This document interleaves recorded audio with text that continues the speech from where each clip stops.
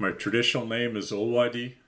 I am Chief Bob Chamberlin, the elected Chief Councillor for the Kwekwassuttinuch First Nation of Guilford Island and Wakeman Sound. We're part of the Musqueam Tz'ao'danoch people, where many of you know our collective territories as the Broughton Archipelago. Now, I am making this brief recording as a very important message to Canadians, and in particular British Columbians. We've received correspondence from the Department of Fisheries and Oceans, which have made very clear their plans to expand the fish farm industry. Now, I find this extremely troubling, as with what I know is this is the single greatest threat to wild salmon. This is the disease transfer from these farms to the wild salmon smolts of the rivers of your territories, all across British Columbia.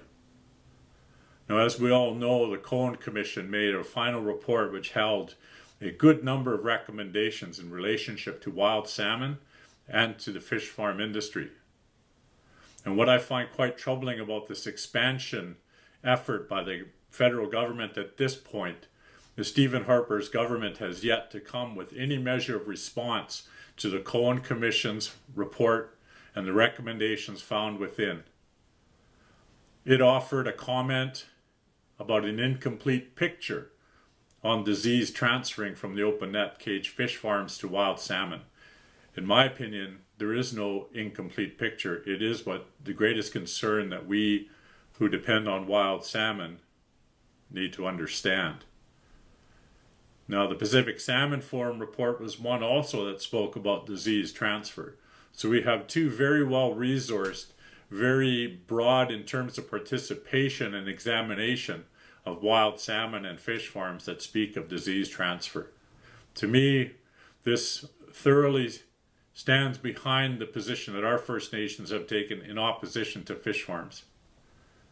Now, this concern that we have in the Broughton Archipelago, I fear all too soon will be your concern on your stretch of the provincial coast. It is my understanding that the fish farm companies have the entire coast of British Columbia mapped for potential fish farm sites. And I want everybody to understand that the struggles that we face are going to be struggles that you will face in the other coastal regions of British Columbia and put threat to all the wild salmon runs that are found in your various territories. Now, I've had a very steady voice of opposition as the elected leader of our small First Nation, and I have made myself available to advance the work in relationship to aquaculture and fish farms in British Columbia. I've traveled to Norway on 4 different occasions to speak to the shareholders at AGAs for these fish farm companies, so they could understand clearly what our First Nation wants and does not want in our territories. And yet, it's very easy to see that it fell upon deaf ears, and our people's rights were completely disregarded in Norway. When the provincial government was the regulatory body here in BC for aquaculture, I participated for a number of years on the Aquaculture Working Group at the province of BC. This was under the new relationship by Gordon Campbell's government. But I would like to say that there was no progress whatsoever under that flag of the new relationship. It's where I experienced deny, delay, and distract as a means to ensure status quo continues. I've also been a part of the Aquaculture Working Group at the federal government now through the First Nation Fisheries Council.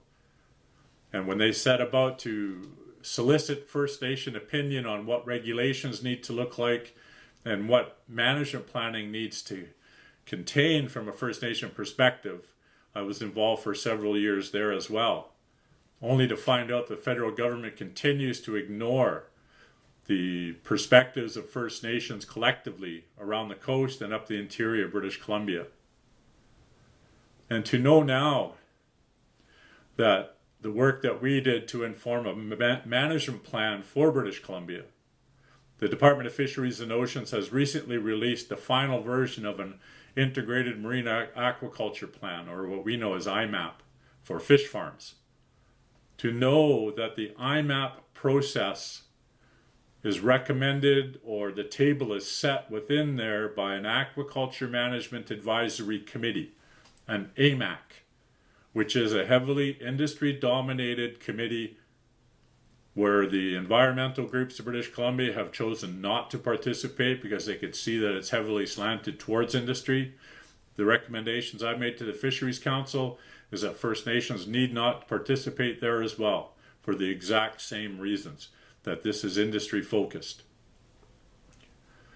Now, the message that I'm bringing to you through this video is a message that I will be delivering to the Minister of Department of Fisheries and Oceans on February 17th in the morning at the DFO office in Vancouver.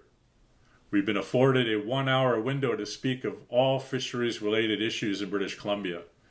And I want everybody to understand and to be very clear that when I suggest that we lock arms, I mean we need to school up just like the wild salmon do.